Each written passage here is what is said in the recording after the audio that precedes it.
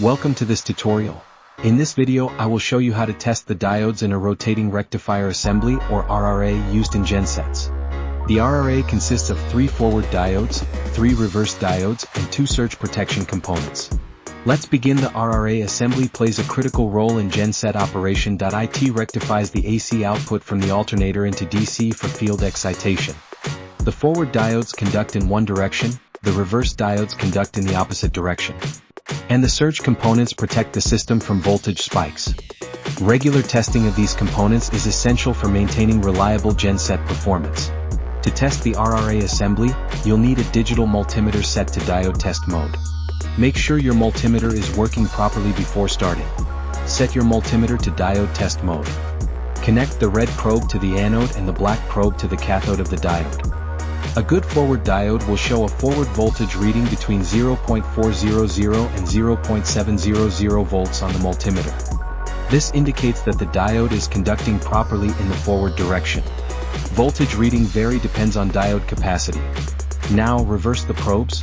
Connect the red probe to the cathode and the black probe to the anode. The multimeter should display OL or infinity. This indicates that the diode is blocking current in the reverse direction.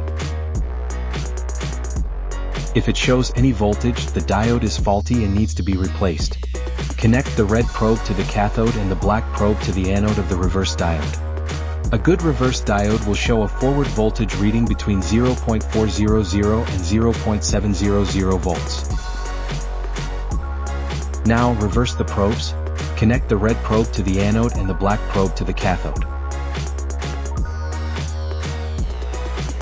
The multimeter should display OL or infinity.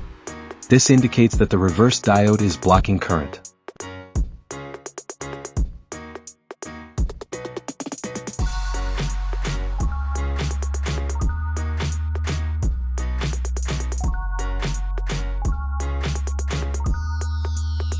Replace any diode that does not pass these tests.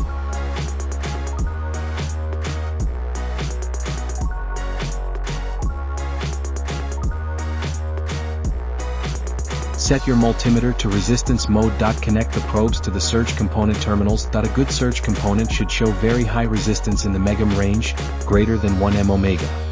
If the resistance is low or shows a short circuit, the surge component is damaged and must be replaced.